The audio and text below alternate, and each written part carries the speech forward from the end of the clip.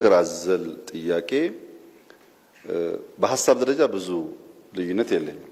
ሐሳቡ ትክክል ነው። ግን ፊውዳሊዝም ማዕቀፍ ነው።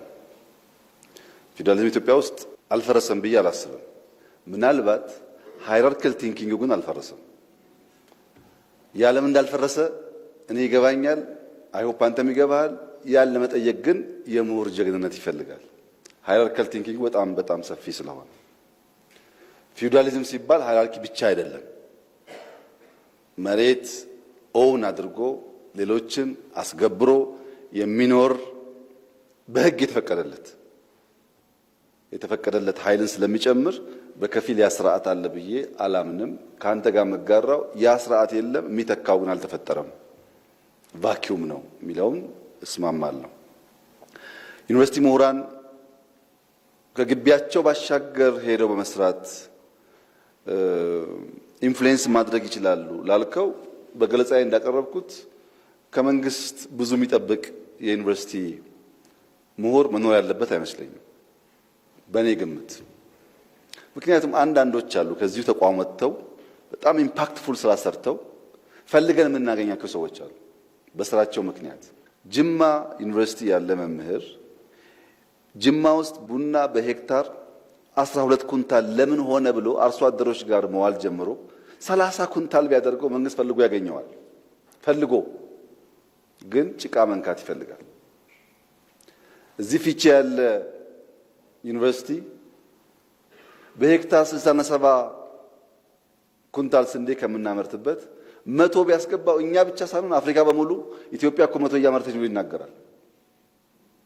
ያ ፕራክቲካል ሪዛልት ነው ምሁር እንዲፈለግ የሚያደርገው። ሐሳብ ኦፒኒየን አይደለም ብያቸዋለሁ። ሐሳብ ሲኩዌንሻል ነው፣ ውጤት የሚያመላክት ነው። ወደዛ የሚደርስ ምሁር ካለ መንግስት እዚህ ያለው መንግስት ብቻ ሳይሆን ሌላም ሀገር ያለው መንግስት የሚሻማ የሚፈልገው ይመስለኛል።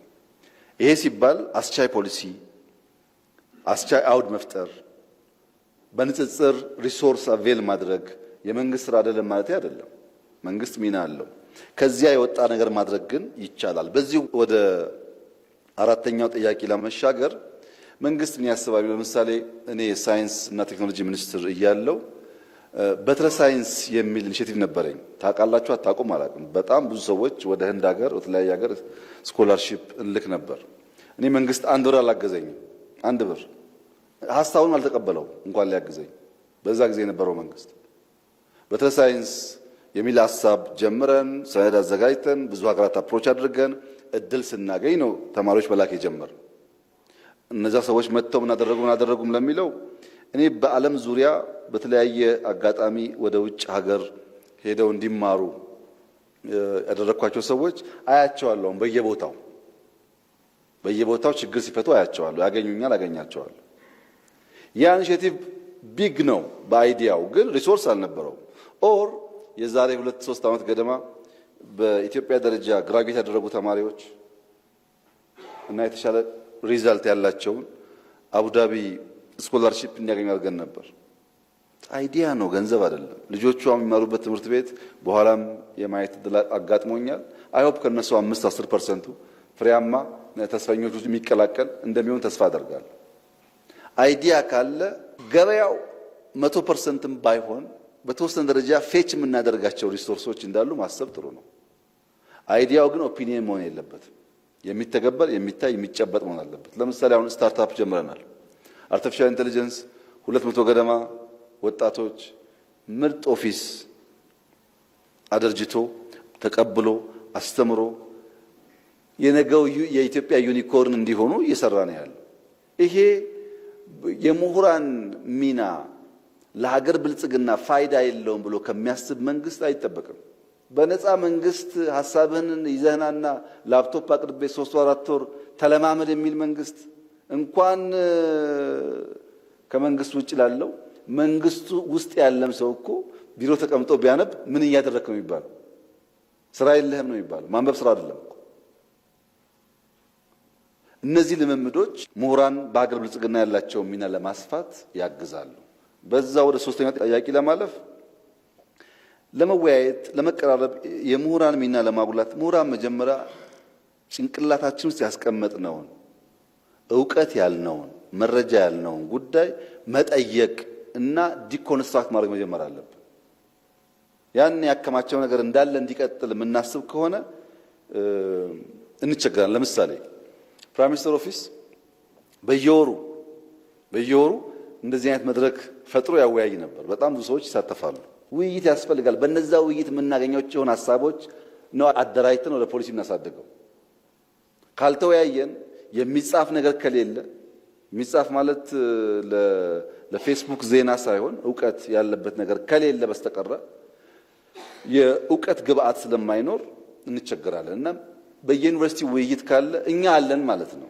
ቢኮዝ ከዚህ የወጣ ሰው ነው የሚሾመው፣ ከዚህ የወጣ ሰው ነው ከተለያየ ሰዎች ጋር የሚገናኘው። ሀሳቦች ካሉ በግራም በቀኝም የፖሊሲ መነሻ ሆኖ ሊያገለግሉ ይችላሉ። ውይይቱ ካለ ለምሳሌ እዚህ አዳራሽ ውስጥ በየወሩ አንዳንድ ሮትሮት ፔፐር እየቀረበ ለመነጋገር መንግስት ያስፈልጋቸዋል። መንግስት እኮ ያስፈልጋችሁም። አዳራሹ የእናንተ ግቢው የእናንተ የትኛው ሰው ያደርጋል ነው። ይሄ ብቻ አይደለም። አሁን ያለሁበት ቢሮ ከመግባቴ በፊት አብዛኛው ዩኒቨርሲቲዎች እየሄድኩ ከመምህራን ጋር ገለጻ እያቀረብኩ ውይይት እናደርጋለን። ብዙዎቹ ዩኒቨርሲቲዎች በእንደዛ አይነት መድረክ ፈቅዶ ይመጣ ሰው እኔም ማስታውሰው ለምሳሌ ነቀምት ሲሄድ፣ ደቡብ የተለያየ አካባቢ ሲሄድ ያየሁት በጠዋት ሴክሽን ግማሽ ሰው ይኖርና ከምሳ በኋላ ወሬ ሰምቶ ይመጣል። ሰው ገለጻው ጥሩ ነበር እንደምናስበው አይደለም ምናምን ሲባል ከሰዓት ይሞላል። ለውይይት ምን ያክል ሰው ፍቃድ አለው? ተጠርቶ ሰዓት አክብሮ ለማድመጥ ለመደመጥ የሚሻ ምን ያክል ሰው አለ የሚለውን ያው እናንተም ብትጠይቁ ጥሩ ነው። የፖለቲካ ልዩነት ኢትዮጵያ ውስጥ አለ፣ እንዴት ወደ አንድ እናምጣው የሚለው ይሄ የፍቃድ የአዋጅ ጉዳይ አይደለም። ዲተርሚን ሆነን ልንሰራበት የሚገባው ጉዳይ ነው። በኔ እምነት ወደ ኋላ ስመለከት ታሪክን በሚዛን ዛሬን በትጋት ነገን በተስፋ ነው የምመለከተው። የትኛውም አንግል ያለ የኢትዮጵያ ክፍል ከማንም ይበልጣል ብዬ አላስብም። የትኛውም ግለሰብ ከማንም ይበልጣል ብዬ አላስብም። ኢኳል ኦፖርቹኒቲ ለዜጎች ይገባል ብዬ አምናለሁ። ለዚህም ተደምረን አገር እናበልጽግ ብዬ አስባለሁ። የለም መበልጸግ የለብንም መደመር የለብንም አሁን የሚያስፈልገው እኔ ነኝ የሚል ኃይል ሊቀረነኝ ይችላል። በኦሮሚያ አካባቢ ሸኔ የሚባል የፖለቲካል እርጋጥ የሚያስብበት እሳቤ፣ በአማራ አካባቢ ጽንፈኛ የሆነ እርጋጥ እሳቤና ፍላጎት ኢትዮጵያን አንድ ስቴፕ ወደፊት አይወስዳትም። እኩል ነን፣ እኩል ሀገር ነው፣ ለጋራ የተሰጠን